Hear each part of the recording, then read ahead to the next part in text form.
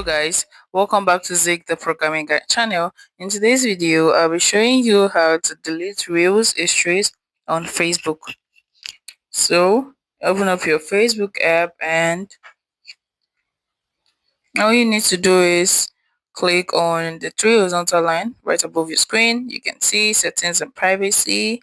Click on settings and you scroll down to where it says activity log. So you click on that and you can see your Facebook activity. Click on that and you can see posts, manage posts.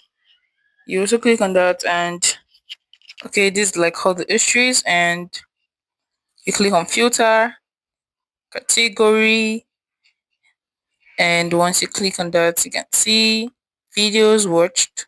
So this will contain both reels and normal videos you watched. So these are the video history, so you can either delete like this, like click on those three dots and click on delete one by one, or you can clear the video history totally. So I'm going to clear. So it's clearing already. It's going to take a while actually. So if you find this guide helpful, give this a thumbs up and equally subscribe to get more tips like this. Thanks for watching guys. I'll see you in my next video. Bye.